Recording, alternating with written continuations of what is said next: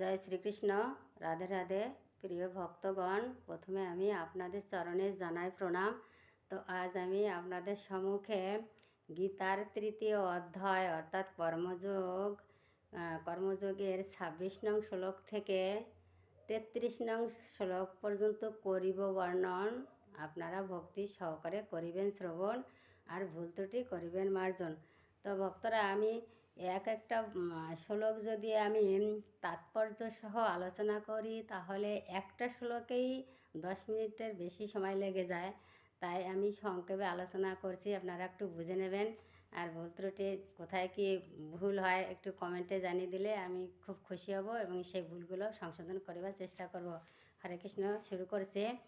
তো 26 নং শ্লোকে ভগবান শ্রীকৃষ্ণ বলেছেন, অর্জুনকে বলেছেন, জ্ঞানবান ব্যক্তিরা কর্ম আসক্ত জ্ঞানহীন ব্যক্তিদের বুদ্ধি বিভ্রান্ত করবেন না, বরং তারা ভক্তিযুক্ত চিত্তে সমস্ত কর্ম অনুষ্ঠান করে জ্ঞানহীন ব্যক্তিদের কর্মে প্রবৃত্ত করবেন।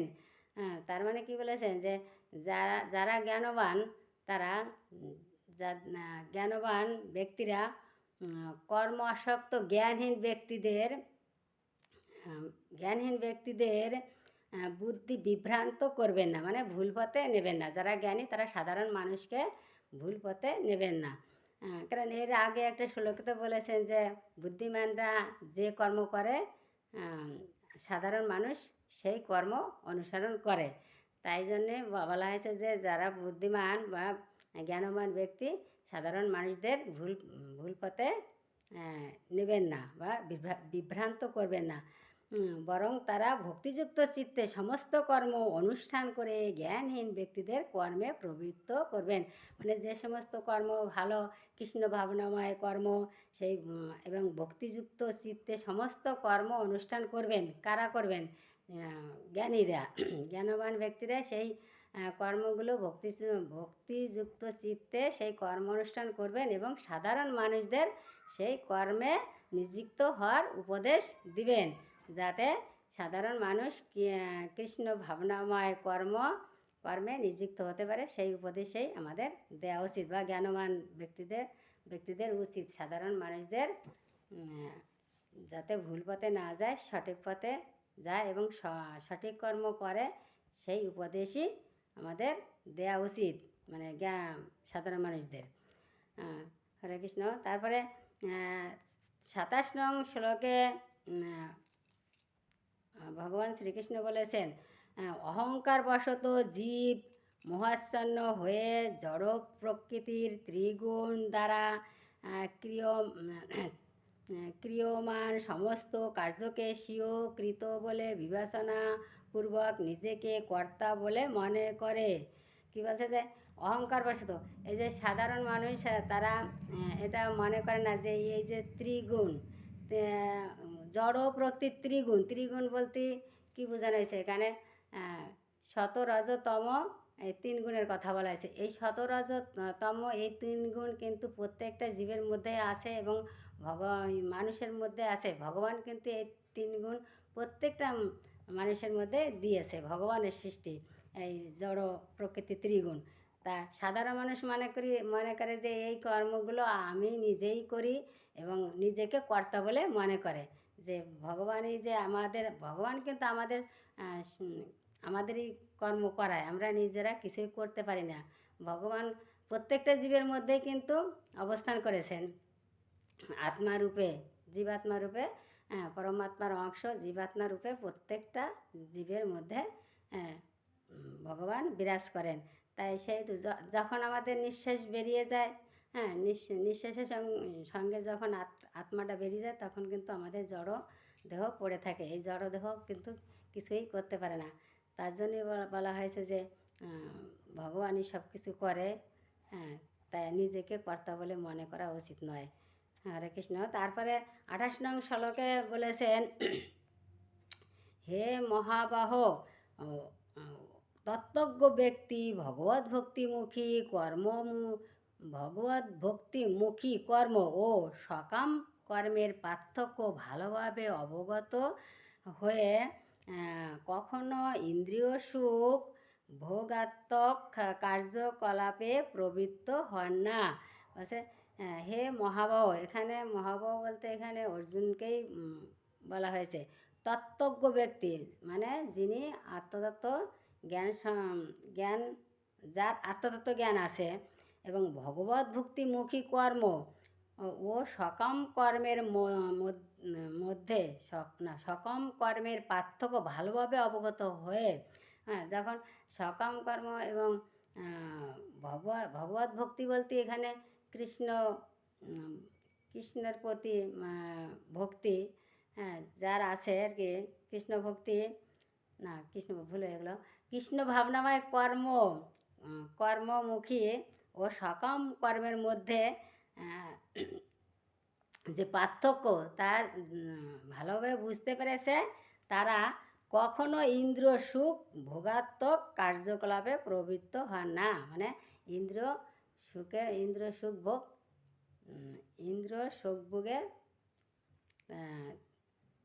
সুখ ভোগ করার আশা করে না, এটার মানে এটা বোঝানো হচ্ছে।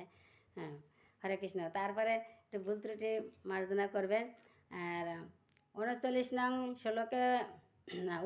নং শ্লোকে বলেছেন, জড় প্রকৃতির গুণের দ্বারা মোহাচ্ছন্ন হয়ে অজ্ঞান ব্যক্তিরা জাগতিক কার্যকলাপে প্রবৃত্ত হয় এবং তাতে তাতে আসক্তি হয়ে পড়ে। কিন্তু তাদের কর্ম নিকৃষ্ট হলেও তত্ত্বজ্ঞানী পুরুষেরা সেই মন্দবুদ্ধি ও অল্পজ্ঞ ব্যক্তিগণকে বিচলিত করে না। কী বলছে যে জড়গুণের দ্বারা মোহাচ্ছন্ন হয়ে অজ্ঞান ব্যক্তিরা জাগতিক কার্যকলাপে প্রবৃত্ত হয় এবং তাতে আসক্ত হয়ে পড়ে। মানে এই জাগতিক কর্ম বলতে সংসারের যে কর্ম, সংসারের প্রতি মায়ামোহ হয়ে তারা কর্ম করে এবং আসক্তি হয়ে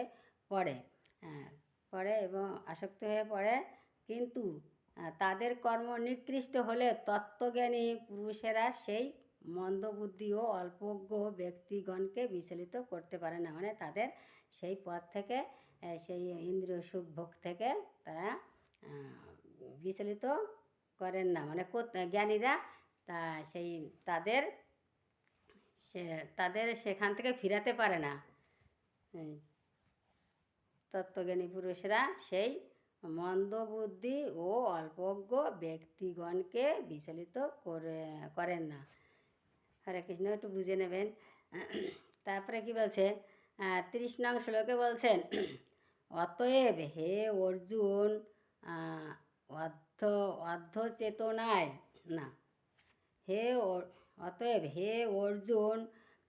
অধ্যাত্ম চেতনাস পূর্ণ হয়ে তোমার সমস্ত কর্ম আমাকে সমর্পণ করো এবং নিষ্কাম মমতা শূন্য ও শোকশূন্য হয়ে তুমি যুদ্ধ করো। কি বলছে, অতএব হে অর্জুন হে অর্জুন, অধ্যাত্ম চেতনা সম্পূর্ণ, মানে আত্মতত্ত্ব উপলব্ধি করে এবং সমস্ত কর্ম আমার প্রতি ছেড়ে দিয়ে নিষ্কাম কর্ম করো এবং মায়া মমতা শূন্য হয়ে তুমি কর্ম করো বা যুদ্ধ করো, শোক শূন্য হয়ে তুমি যুদ্ধ করো। কেননা এই যে অর্জুন তো যখন কুরুক্ষেত্রে যুদ্ধের সময় নিজের আত্মীয় স্বজন দেখে যুদ্ধ করতে চাইছিলেন না, মায়ার কারণে বা আত্মহত্যা মহাপাপ এইসবের কারণে যুদ্ধ করতে চাইছিলেন না। তাই বলছে তুমি যে মায়া মমতা শূন্য শোক শূন্য হয়ে তুমি যুদ্ধ করো, তোমার কোনো পাপ হবে না। তারপরে 31 নং শ্লোকে বলেছেন, আমার নির্দেশ অনুসারে যে সমস্ত মানুষ তাদের কর্তব্য কর্ম অনুষ্ঠান করেন এবং যারা শ্রদ্ধাবান ও মৎসর্য রহিত হয়ে এই উপদেশ পালন করেন তারা কর্মবন্ধন থেকে মুক্ত হন। কি বলছে যে আমার নির্দেশ অনুসারে যে সমস্ত মানুষ তাদের কর্তব্য অনুষ্ঠান করেন এবং যারা শ্রদ্ধাবান ও মৎস্য মৎসর কি মৎসর্য রহিত হয়ে এই উপদেশ পালন করেন তারা কর্মবন্ধন থেকে মুক্ত হন। তার মানে যারা এই যে কি বলবো এখানে যে এখানে বলা হয়েছে যে মৎসর্য রহিত মানে যারা অলসতা মানে অহংকার যাদের নেই সেইভাবে যারা কর্ম করে তারা এই কর্মবন্ধন থেকে সহজে মুক্ত হন জ্ঞানীরা আর কি। কিন্তু যারা মৎসর্যবশত, এখানে আছে 32 নং শ্লোক, কিন্তু যারা মৎসর্যবশত আমার এই উপদেশ পালন করে না তাদের সমস্ত জ্ঞান থেকে বঞ্চিত, বিমূঢ় এবং পরমার্থ লাভের সকল প্রচেষ্টা থেকে ভ্রষ্ট বলে জানবেন। আর যারা আমার অহংকারবশত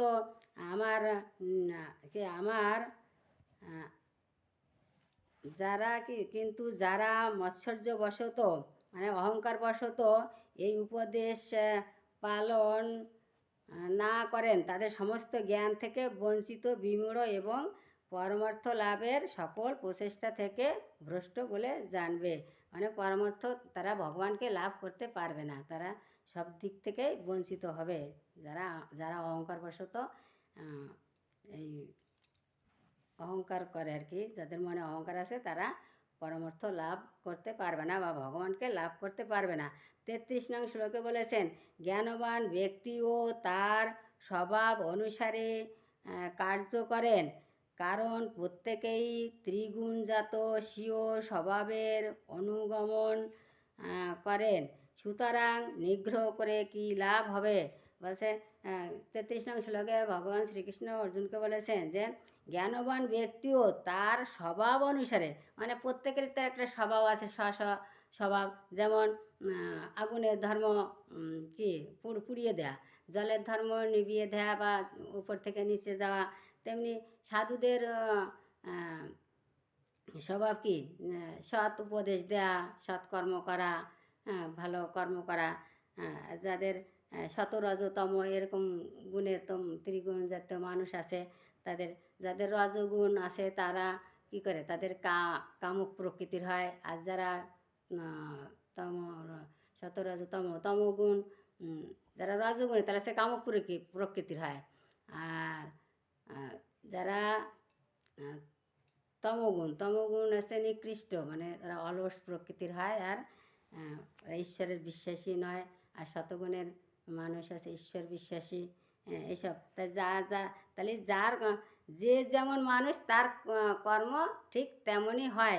তাই বলছে যে সুতরাং নিগ্রহ করে কি লাভ হবে, মানে তুমি তোমার দমন করে তুমি কি লাভ পাবে, তাই বলেছে। হরে কৃষ্ণ, হরি বল। যদি এখানে রাখছি। যদি ভিডিওটা ভালো লাগে লাইক, শেয়ার, কমেন্ট করে পাশে থাকবেন আর ভুল ত্রুটি মার্জনা করবেন। আমি তাড়াতাড়ি বললাম তো ওই জন্য ভালো করে বুঝতে পারি না যে শর্ট টাইমই করতে হবে, তাও তো অনেক টাইম হয়ে গেল।